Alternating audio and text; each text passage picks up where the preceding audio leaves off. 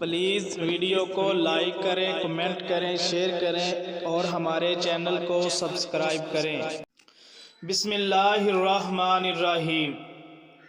میں شادی کی محفلوں میں شریک ہونے کی بڑی شوقین تھی۔ میں ایک دیندار عورت تھی اور میرا شوہر بھی بڑا دیندار تھا۔ وہ مجھے شادی خانہ آبادی کی محفلوں میں شرکت کرنے اور اختلاط سے بچنے کی تاکید کرتا تھا اور مجھے اللہ کی ناراضگی سے ڈراتا تھا۔ لیکن ایک روز میں کسی طرح شادی کی ایک محفل میں شریک ہو ہی گئی۔ شادی کی محفل سجی ہوئی تھی۔ عورتیں قسم قسم کے خوبصورت کپڑوں میں ملبوس تھیں۔ محفل میں شریک عورتیں رقص کر رہی تھیں، گا رہی تھیں، دل لبھانے والی حرکتیں کر رہی تھیں۔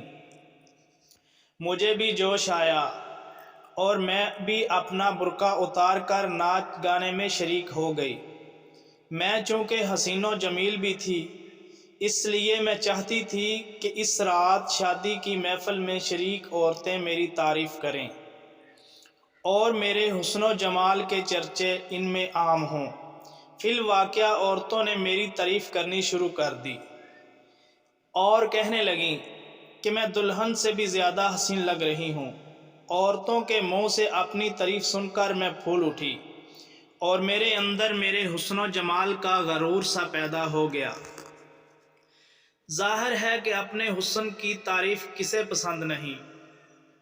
میرا شوہر بارہا مجھے نصیحت کرتا تھا کہ بیرون خانہ میں اپنا پردہ کہیں بھی نہ اتارو اور گھر کے باہر ہر وقت با پردہ رہو۔ نیز مجھے یہ حدیث رسول صلی اللہ علیہ وسلم سنایا کرتے، جس عورت نے اپنے شوہر کے گھر کے علاوہ کسی دوسری جگہ اپنا کپڑا اتارا، اس نے اپنے اور پروردگار کے درمیان پردہ چاک کر دیا۔ ایک روز میرے شوہر نے کسی خلیجی ملک کا سفر کیا۔ وہاں کسی دفتر میں دو نوجوانوں کے مابین اس امر پر اختلاف ہو گیا کہ خلیجی ممالک میں سب سے خوبصورت لڑکی کون سی ہے۔ ایک نوجوان فوراً اٹھا اور ایک ویڈیو کیسٹ لا کر حاضر کر دی، جسے اس نے میرے ملک کی کسی آدمی سے چوری چھپے بھاری قیمت دے کر خریدا تھا۔ اس کیسٹ میں شادی کی اس محفل کی ویڈیو بھی تھی، جس میں نے بھی شرکت کی تھی۔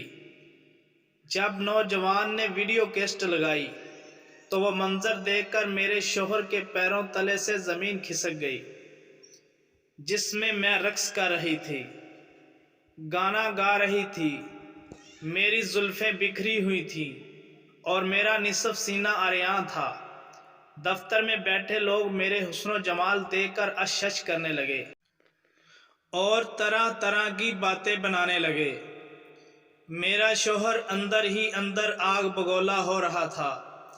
اس کی آتش غیظ و غضب تیز سے تیز تر ہو رہی تھی۔ وہ فوراً سفر کے دیگر کاموں کو ملتوی کر کے واپس اپنے ملک آ گیا۔ گھر پہنچا تو میرے اور اس کے درمیان ایک جنگ چھڑ گئی اور نتیجتاً میرا انجام بھی وہی ہوا جو کسی عورت کے لیے بڑا تکلیف دہ ہوتا ہے۔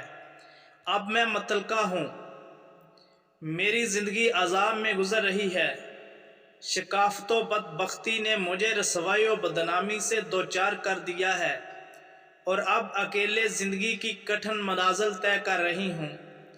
میری لمحوں کی لغزش مجھ سے زندگی بھر کی مصیبتیں چھین کر لے گئی۔ اگر آپ کو ہماری یہ ویڈیو اچھی لگے تو ہمارے چینل کو سبسکرائب کریں۔ شکریہ۔